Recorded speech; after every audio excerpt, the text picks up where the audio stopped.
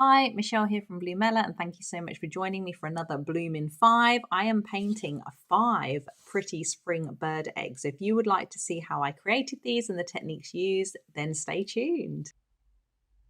So as you can see, I've already sketched out 5 spring bird eggs, and I'm using my new black handled Artify brush, and I'm just mixing together some of this really pretty light blue and then adding in a little bit more of that colour, just leaving a highlight. Often when you're using these type of shapes, you want to have an idea of where the light is going to be coming from, in which direction. So this will help you create your shadows and your highlights and make your object seem a lot more three-dimensional and rather than flat.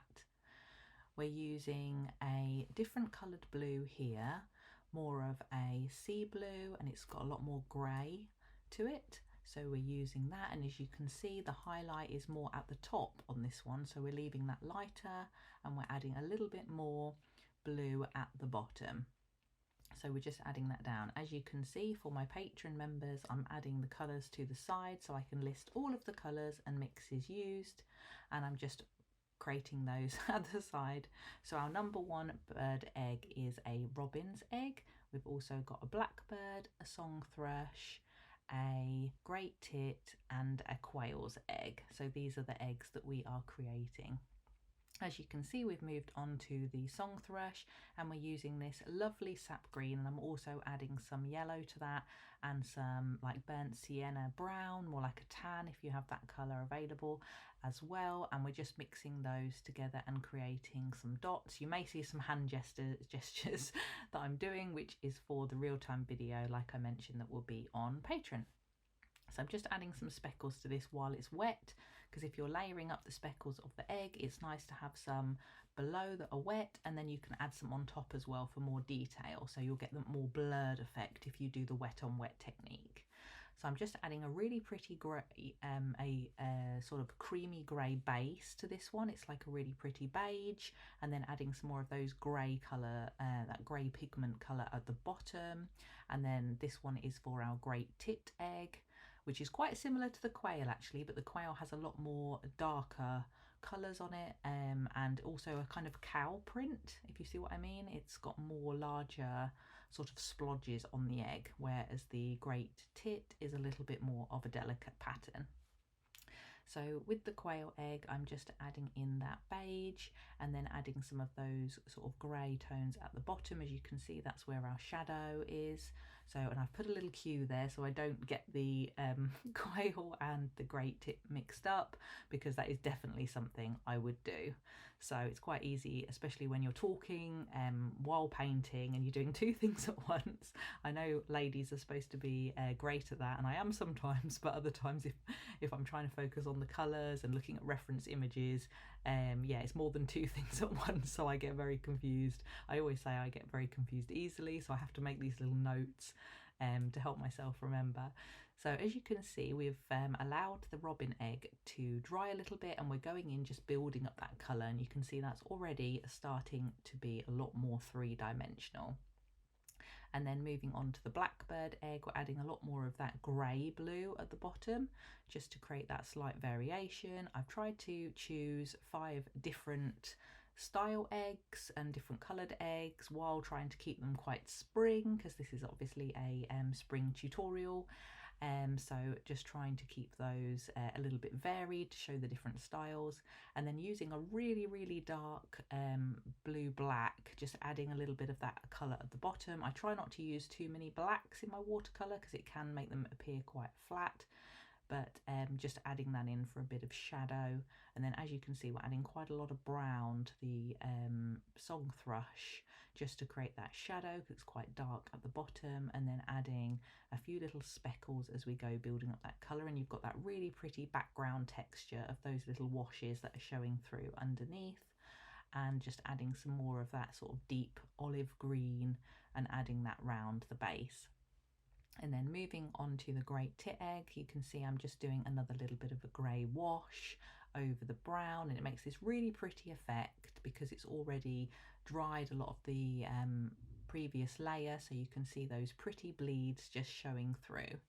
So you can see we're just adding a little bit more as well. While that second layer is wet, you can add that around the edge to create that really pretty like brown grey shadow.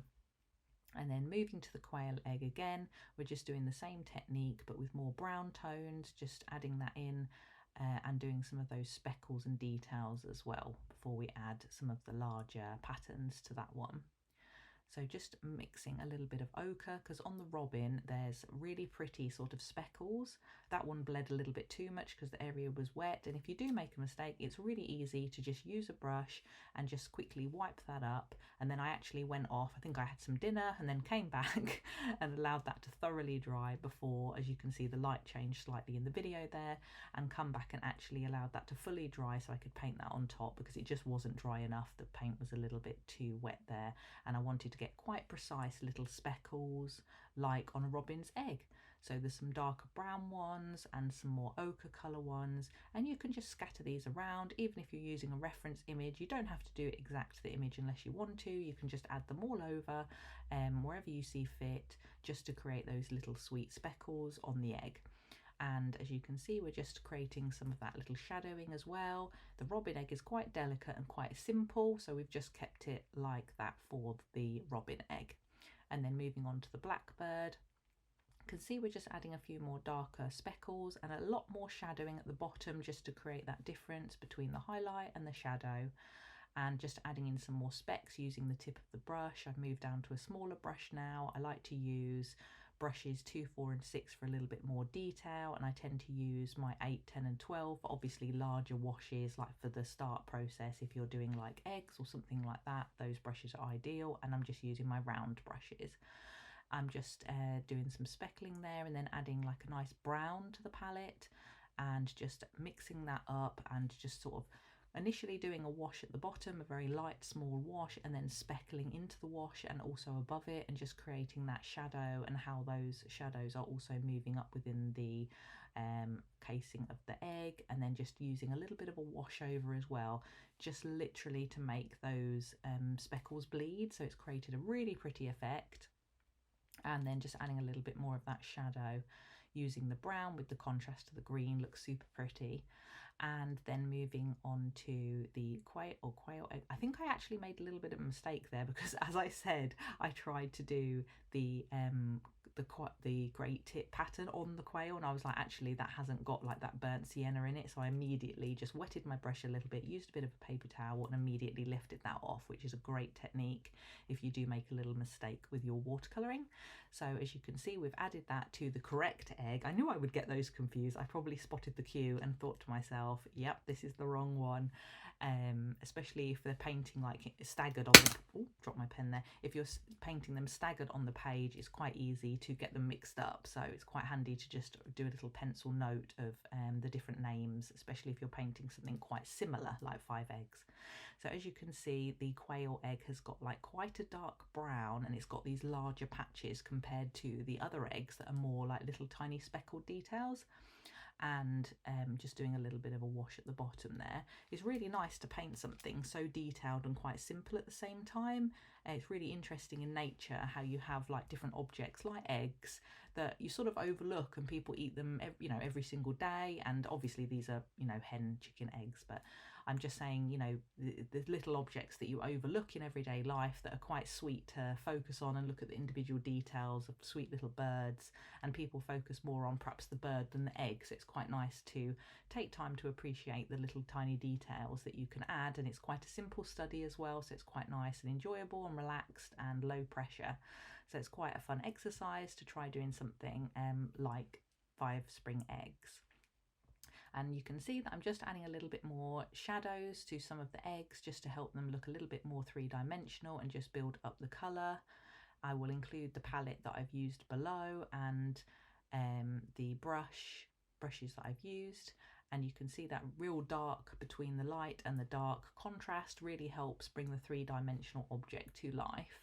and we're just using the very tip of the brush there to create some really nice speckled. Sometimes I find using a larger brush can create better speckles, so if you wanted to, you could always test this using the brushes that you have at home, using a smaller brush and using a larger brush, and just seeing which one actually creates the better speckles, because you can't always assume that a smaller brush is actually going to create better dot detail, because sometimes it looks more like little lines and dashes rather than individual speckles.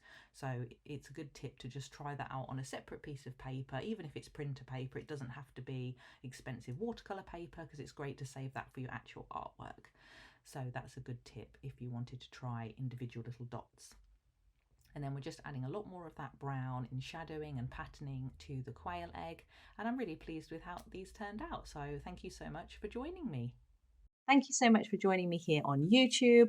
I have a Patreon now as well, so I will be painting these 5 bird eggs in extreme detail with a palette included, sketch download, image reference, and lots more information, plus a talk through of me painting these in real time. So if you would like to see that, then join me over on Patreon. Links below and in my bio. I hopefully will see you there.